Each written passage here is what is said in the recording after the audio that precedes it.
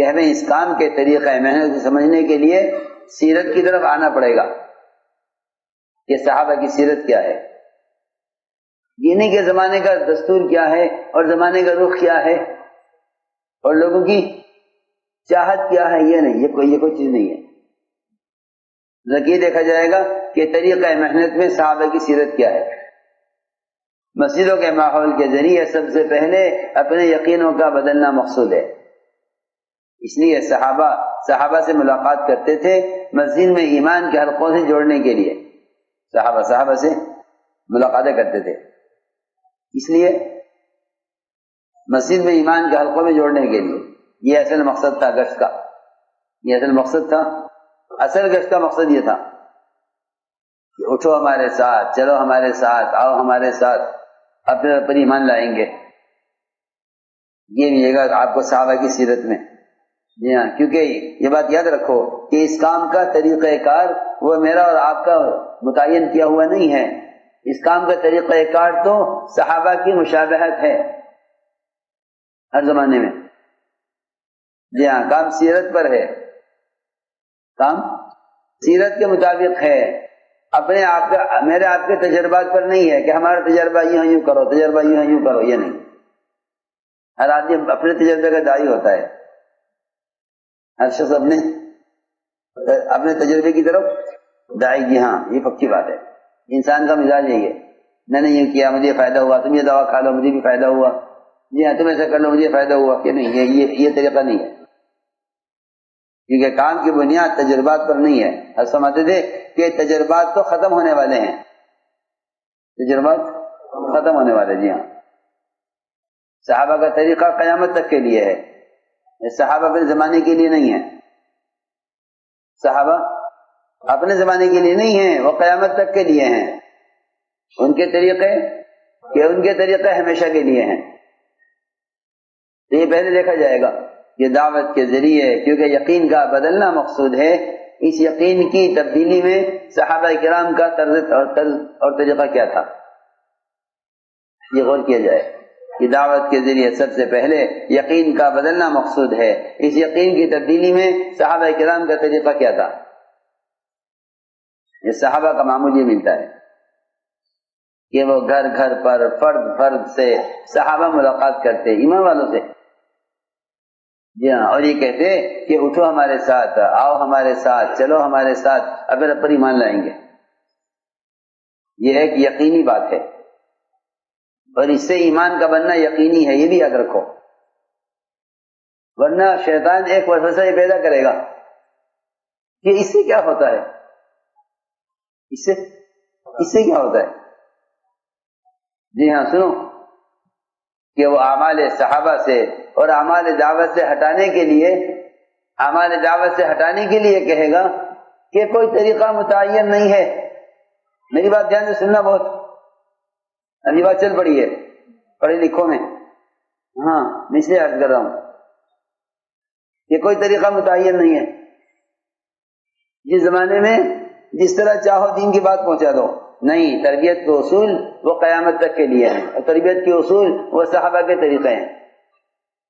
میری بات دھیان سے سننا بہت، ورنہ شیطان نے اس فتنے میں کام کرنے والوں کو ڈال دیا، ان کی طبیعتیں گشت سے اکتا جائیں گی، ان کی طبیعتیں مسجد کے ماحول میں جڑنے سے اختلاف کریں گی،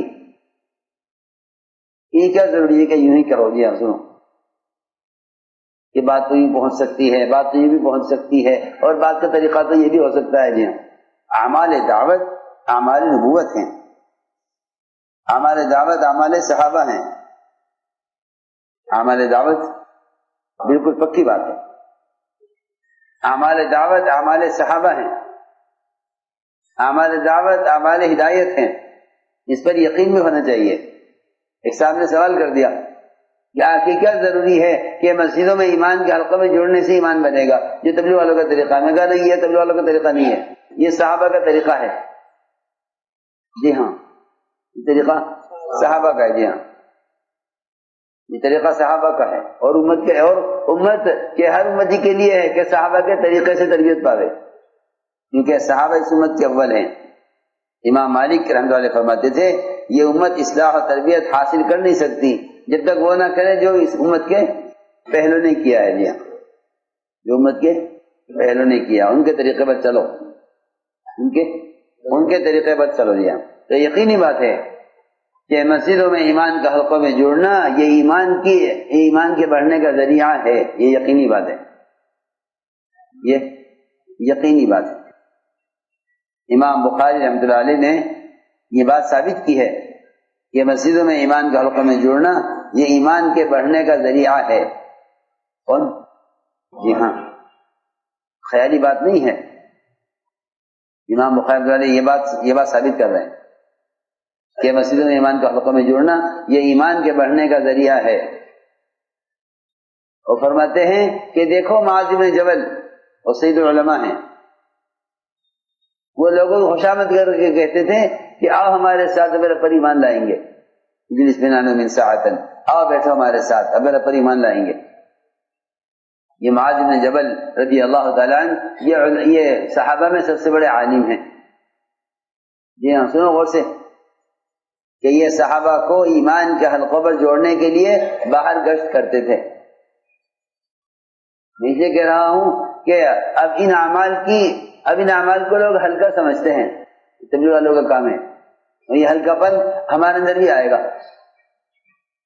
یہ ہلکا پن کام کرنے والا بھی آئے گا. جی ہاں، یہ مشورے اور بیان اور اونچے کام کرو، یہ تو ابتدائی درجے کی چیز تھی. گشت کر لو، ملاقاتیں کر لو. جی ہاں، اب تو ہم کام کی سطح سب کا کام کی سطح میں ہم آگے بڑھ گئے. جی ہاں، جی ہاں، لوگ کتنا آگے بڑھو گے کہ صحابہ سے آگے؟ سنو، یہ معاذ کا عمل ہے کہ آؤ ہمارے ساتھ، بیٹھو ہمارے ساتھ، ہمارے پر ایمان لائیں گے. اس سے بڑی کیا بات ہوگی کہ حضرت عمر رضی اللہ تعالیٰ نے فرمایا کرتے تھے کہ میں تمہیں ایمان کے حلقوں پر اس لیے جمع کرتا ہوں تاکہ میرے ایمان میں ترقی ہو. اسے زیادہ یقینی کیا بات ہوگی؟ کون؟ حضرت عمر رضی اللہ تعالیٰ وہ گشت کرتے تھے صحابہ پر، وہ خوشامد کرتے، ایک ایک کے دو کے ہاتھ پکڑتے اور یہ کہتے قم بنا من ساعتن، چلو اٹھو ہمارے ساتھ